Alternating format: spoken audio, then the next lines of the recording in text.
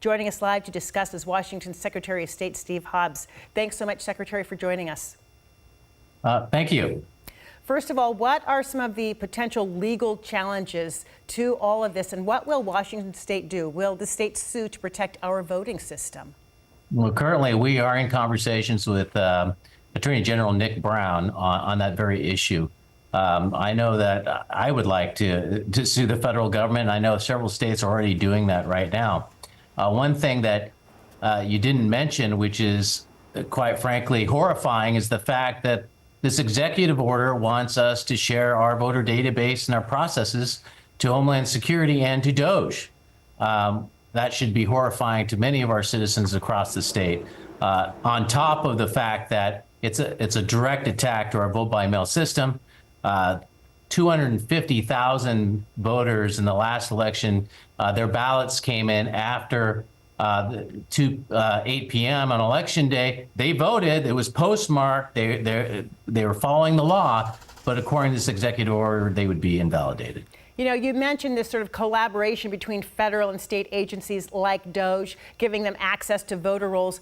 What is the problem with that? What's the purpose of the government wanting to do that, and how would Washington comply, if at all? Well, quite frankly, I don't know why the federal government wants to do it other than going after citizens and trying to find out if they're a non-citizen or not. Look, this state has been very good with its voter rolls, and you know, we communicate with other databases. It's one of the reasons why we know when someone votes multiple times in the same election or when somebody passes away. So these are really unnecessary. It's basically the federal government trying to intrude on the state and try to control elections in our own state, which is blatantly against the U.S. Constitution.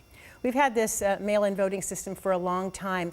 How would Washington's system be affected by this requirement that all of the ballots would have to be received by Election Day to count?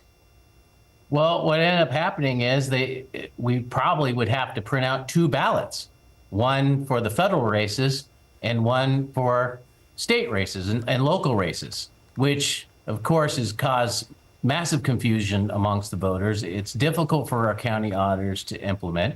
And quite frankly, it's going to disenfranchise those voting in federal elections that maybe they want to take some more time on trying to figure out who they voted for. Maybe it's a student that lives in another state, or like my mom, who is a snowbird and lives in a warm climate, but is registered here in the state of Washington, comes over here, those snowbirds, so those senior citizens, your parents and your grandparents that have this state as reside in this state, vote in this state, but you know, go to warmer climates when it's colder here.